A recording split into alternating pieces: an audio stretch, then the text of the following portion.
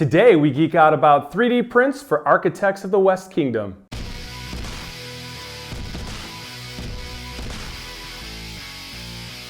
Hey guys, what's going on? It's Lee with Geek City USA here, and today we're going to do something just a little bit different. Today I wanted to talk about 3D printing, and I figured what better chance to do this than after all of our architects of the West Kingdom stuff. Now, you see here, I have a 3D printer here. I have an Ender 3 Pro, and this is actually my little hobby corner, so you'll see some paints and minis over here, my 3D printer. Board game tables over here. You can't see that out of the shots on this side of the room. This is where we shoot our videos, where we do a bunch of our playing and everything, but this is my little nook where I like to tinker with things. And I wanted to take this opportunity to really go through what goes into 3D printing for those that maybe are into the board gaming hobby that didn't realize there was this whole 3D printing culture and things that you can do for board games relatively easy and relatively cheaply. This is something that, you know, there's a little bit of work and effort that goes into operating a 3D printer, but ultimately it's an easier process. It's something I think really anybody can do. So if you're on the fence or unaware of it, you know, this will hopefully bring it to light. And again, if you're on the fence, this hopefully will push you over to just run out and grab one of these right away. If you've watched our two-player run-through of Architects of the West Kingdom, you will have heard us talk a little bit about the 3D printed trays, and you'll have seen it in action. Or if you watch a solo playthrough, you'll see some of the components like the tack stand. But for those of you who haven't, or those who want a closer look, take a look over here and see exactly what I'm talking about. Here's a view of everything that goes into the insert for Architects of the West Kingdom. Now again, this is the one that Shem Phillips has provided with a little bit of a remix, and I'll touch on that again, but that will support the expansion as well. So everything here, you are good for Architects of the West Kingdom and the expansion. I'm going to start off with this. This was the tack stand. So again, this was a part of the original Kickstarter, and the plans are on, I believe it's a Dropbox. The link will be down in the comments below. But you can see here, this is perfect for storing your coins on the tack stand as the game goes on. If you have watched any of my playthroughs, either my solo playthrough or our two-player playthrough, you'll get to see this. This fits perfectly in the little square. I don't know if I could show it here. Yeah, so here's the board. So this is the board quartered up, but you can see here, I'll set it there. It fits perfectly on the board. Obviously, the rest of the tack stand is over here, but you get the idea. So you just set that on your board and you are good to go. And this is awesome to keep your coins from going all over the board, and it keeps you from damaging up the surface of your board. Even if you didn't have the metal coins, I still recommend this if you are a fan of 3D printing because, I don't know, it's just convenient and it looks cool on the board. So here you also have each of the little bowls, and this is what they look like without the pieces in them. Obviously, yours could be whatever color you want. You could even print them out for each individual player color. I like having one uniform color myself, but this you'll see has each of the 5 colors that comes with the base game, as well as, I think it's going to be, if I'm not mistaken, it's going to be an orange player in the expansion, but you already have that. You just can print one extra one here. And you're good to go. You are set for when the 5th player, or rather the 6th player expansion, the expansion is released, I should say, with the 6 player player bits. And you have here's your coin container. Now you can use this for your cardboard coins, obviously, no big deal. We put our metal coins in here, and right now we also use this tray. If we play Paladins, I pull this out so that way we can use these coins in Paladins as well. I do love the Garphill Games metal coins for the series, so much so that I think I'm going to end up buying another set of them for Paladins, just because it makes things more convenient to not have to go into 2 boxes, but that's a different story for a different time. And here is the resource tray. Now this is what was remixed. So I discussed remixing. Now what that is obviously not obviously, but if somebody puts something out on Thingiverse like Shem Phillips has for this insert, if anybody does any kind of changes to the original design, it's considered a remix. Now this was originally just one big bowl, had a really cool Garphill Games logo in it. But all of these resources were just all mixed together. I like having my resources separate.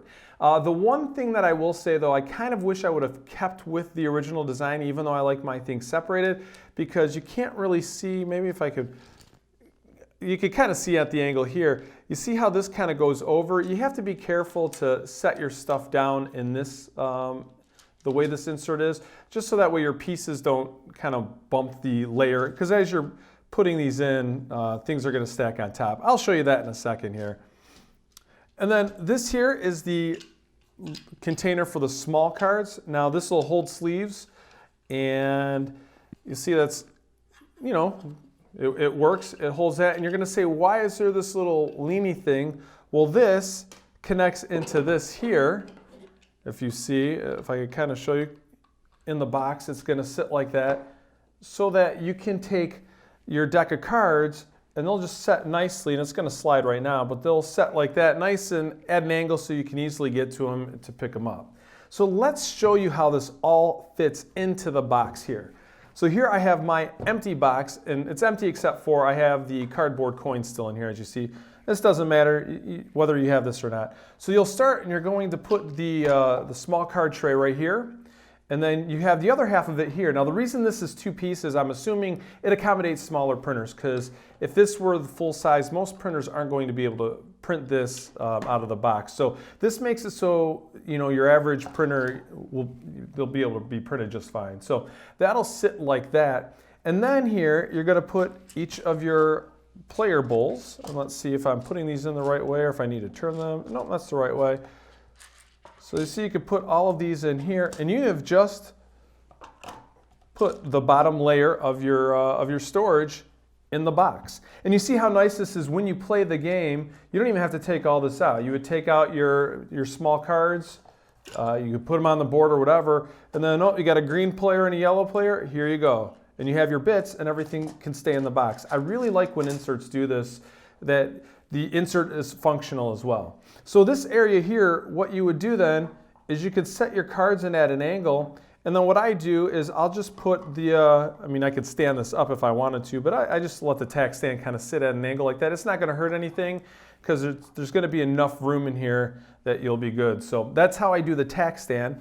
And then we're going to put the coins in. The coins can go right here. And then you put the remaining resources, oops, they go actually like so. So now we officially have all of the bits and components in the box. Now there's a slight elevation here, like this container is a little taller, and that is perfect for all of your cards. Now I have the Kickstarters that's got all the promos to it, so there's extra ones in here, but they still fit perfectly. And then I know that the expansion is going to have a recessed player board for the guild hall. So this is going to be recessed in the expansion, or there'll be a side card or whatever. And that will fit in this box. I think it fits like right over here in the expansion. But you see we have all of it already in here. You can put the board in now if you want. And you could put in your 2 manuals, and you are good to go. And there is, like you'll see, I store all my stuff at an angle, so you know everything is on a bookshelf like that. When you open this back up, everything should be, with the exception of those cards, are right where I left them. So all these pieces don't go flying all over, and your game stays well protected and well organized. But that is the Architects of the West Kingdom 3D insert and the tack stand. So hopefully that gave you a better understanding of how cool that 3D insert is. If this is your first exposure into 3D printing, you might be thinking, wow, that looked great. Where do you find something like that? Well, there's a website called thingiverse.com, and I'll link it down below. But that you can pretty much find anything regarding 3D printing. So if you're looking for board game inserts, if you're looking for bling for a game, if you want to print out your own meeples, if you lost the back to the remote of your television, chances are you can find it on Thingiverse. Now, if you do a search on Thingiverse for Architects of the West Kingdom, you'll find a bunch of different inserts and a lot of really good ones. The one that I printed was actually put out by Shem Phillips of Garphill Games. He's put a couple out there also for Paladins of the West Kingdom as well. And what is awesome about that, so there's a lot of time that goes into printing these. These things just go and go, and little trays that you think should be quick to print, and you see them, you might be stunned your first time thinking it's going to take me 6, 8, 12 hours to print that little thing. And yeah, it takes a while. And sometimes, when an expansion comes out for a game, you might be a little bit disappointed because now, okay, I have to re-engineer my whole insert. Well, not the case with this one.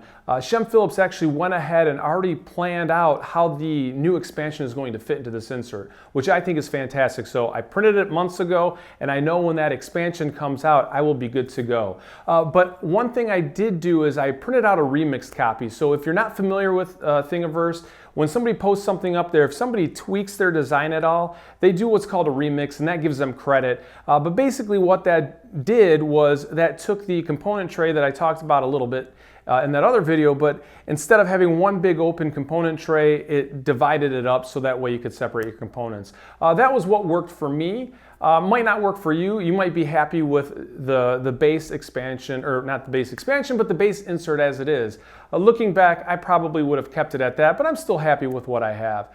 But I'll go ahead and down below, I'm going to put the link to both the insert that I use as well as the Thingiverse in general, and I'll also link to the tack stand, the 3D tack stand. That was a part of, I know the original Architects Kickstarter had a 3D stand. I think it was just cardboard. I don't know. I got in late. I didn't get my Architects until the Paladins Kickstarter. But Shem Phillips has made it available through the link on the original Kickstarter. It's free to download, so you can throw that in. It only takes a couple of hours to print. You can print in whatever color you want. I think it adds a lot to the game. It looks really cool. But anyway, that is Thingiverse. That is our 3D prints for Architects of the West Kingdom. I really hope this was informational for you. This is something that I'm hoping to do regularly with whatever games I'm covering or whatever things I'm printing in general. Maybe you guys want to see it. It might help guide you to other board game things that you want to print, or maybe you just enjoy watching it. And if you don't, I enjoy recording it. So, it's a win-win for me either way. If you enjoy it, awesome. So comment down below. Let me know if you like this, if this is something that has helped you, if this makes you, interested to looking further into 3D printing. And if there's any questions, I'm by no means a pro at this. I've had my printer since Christmas, which has been only about 3 months.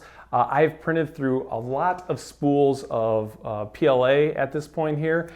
So I've definitely printed a lot of things, everything from board game inserts to miniatures to Alexa holders to whatever, you name it.